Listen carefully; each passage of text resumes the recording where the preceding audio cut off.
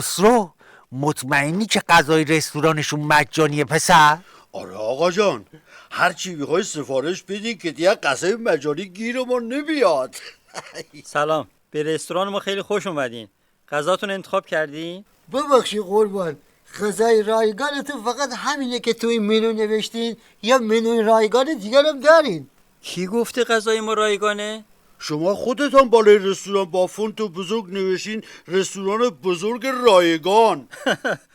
بابا فامیلیمون رایگانه، غذاها که رایگان نیست. خسرو بمیری الهی، خوب شد هنوز غذا سفارش ندادیم. یعنی الان باید بریم؟ نه، اگه غذا نخورده پاشیم آبرومون میره.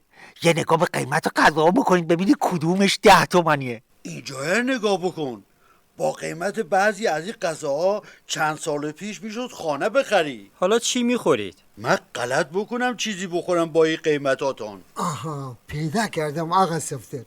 آقا گارسون، لطفا 3 تا از اون غذای ته لیست رو بدی با 2 تا نون اضافه. آقا سفتر، ارزون ترینشو گفتم، دانی 100 تومنه.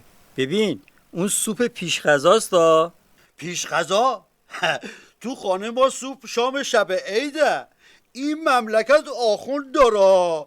برو وردار بیار تا پشیمان نشدیم. چیز دیگه ای نیاز نداری؟ چرا؟ اگه ماهی ظرفشویی نداریم برو بخر، چون بعدش باید بیان ظرفشویی چون پول نداریم.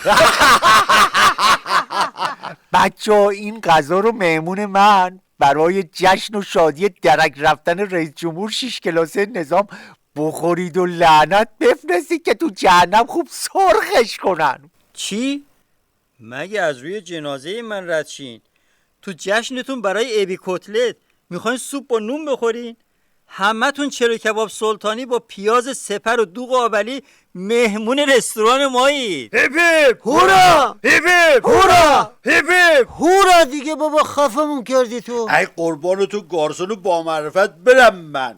هم مرامتان رایگانه هم غذاتان. هلیکوپتر بعدی ایشالله رهبرشون کباب شه که یه شام مجانی کل محلمون بیام در خدمت شما باشیم آقای گارسون. نه دیگه، هلیکوپتر به اندازه کافی دنگشو داده، رهبرشون دیگه کار خودمونه.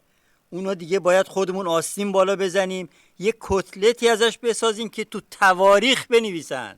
گل گفتی آقای گارسون. خودم میدونم.